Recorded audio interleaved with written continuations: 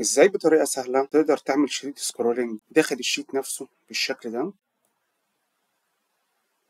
بدل ما تنزل بالشيت كله، وده لو عندك كمية داتا كبيرة بالشكل ده. أول حاجة هنروح على قائمة ديفلوبر، ومن انسيرت هنختار سكرول بار وابتدي أحدده على حجم الجدول اللي أنا عاوزه بالشكل ده. ولو قائمة ديفلوبر مش ظاهرة عندك هقولك ازاي بنظهرها في آخر الفيديو.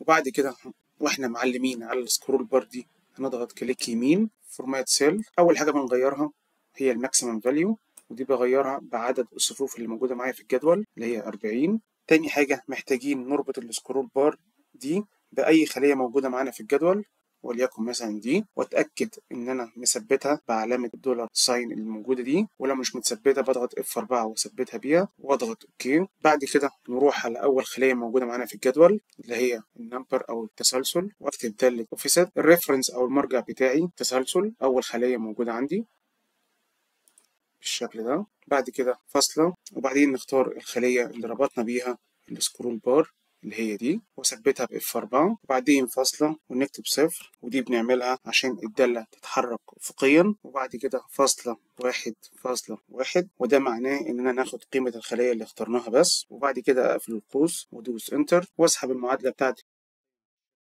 ألاقيه جاب لي بيانات رقم 1 في الجدول بتاعي. وبعد كده أسحبها بالشكل ده هلاقيه جاب لي باقي البيانات اللي موجودة في الجدول. بعد كده نجرب السكرولينج، هتلاقي الشيت بيطلع وينزل معاك في الجزء اللي محددينه بس.